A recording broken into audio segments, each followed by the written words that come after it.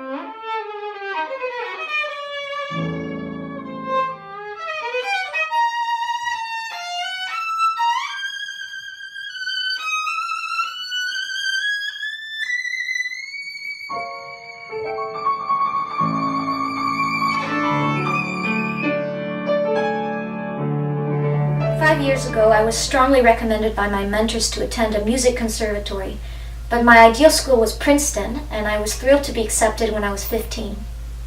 One of the main reasons why I didn't want to attend a school exclusively devoted to music so early is because I felt that acquiring a wider culture at an institution such as Princeton would enable me to have more to say and communicate as an artist. But most importantly, I wanted to learn how not to estrange art from our everyday experience.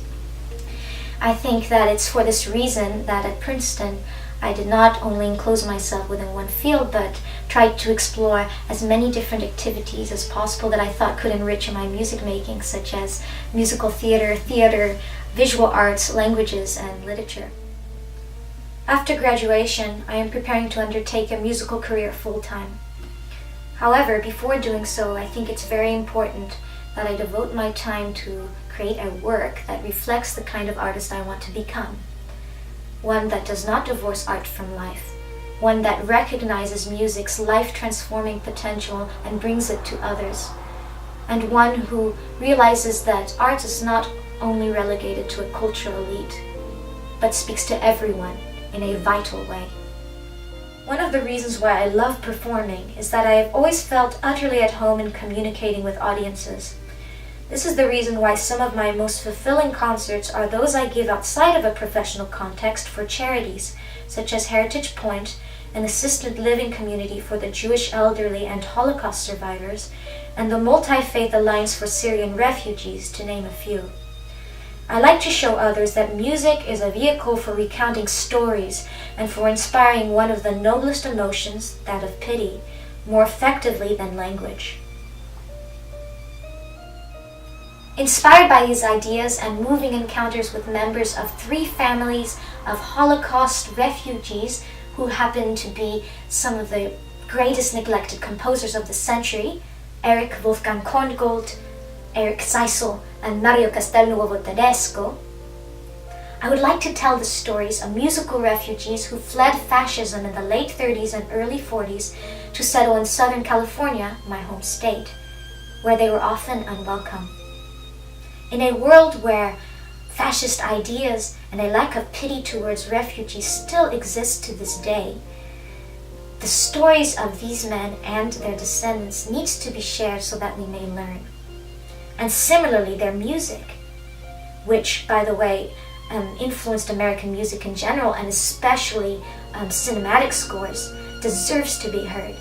Please listen to the following testimony by Barbara Zeisel-Schoenberg, a Holocaust remembrance activist, the daughter of Eric Seisel, and the daughter-in-law of Arnold Schoenberg, perhaps the most influential composer of the 20th century. I am the daughter of the Austrian-American composer Eric Seisel, who was forced to flee his beloved native land on November 10th, 1938, the morning after Kristallnacht, the night of broken glass, and who was fortunate enough to gain entry to the United States in 1939, specifically to New York, where he remained for 2 years before moving to LA in 1942. Tragically, my father, who was 33 at the time of his uprooting, only lived 20 more years and died at 53 years of age in 1959.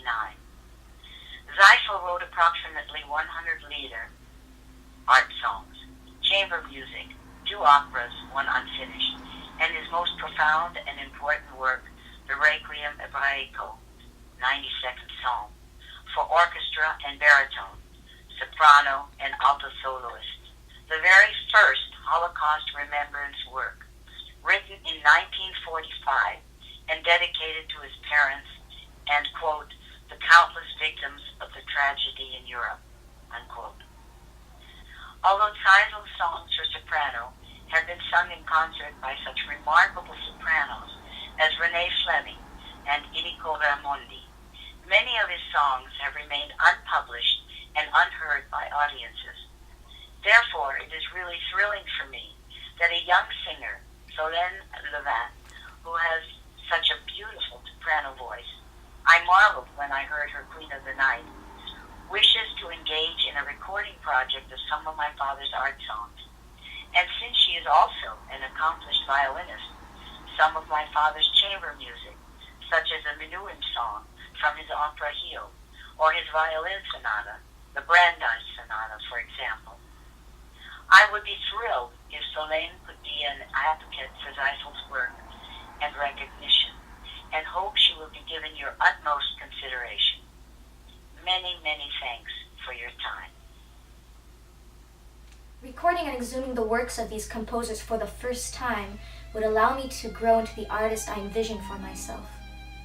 A performer is merely an instrument of the greatness of others who have long passed, and it is his or her obligation to bring their thoughts and feelings to the present in order to nurture others. I would be incredibly grateful for your support in allowing me to work with these survivor families, release an internationally distributed recording of their memories through music to the general public, and bring these stories to the present day, where they are especially relevant. Thank you.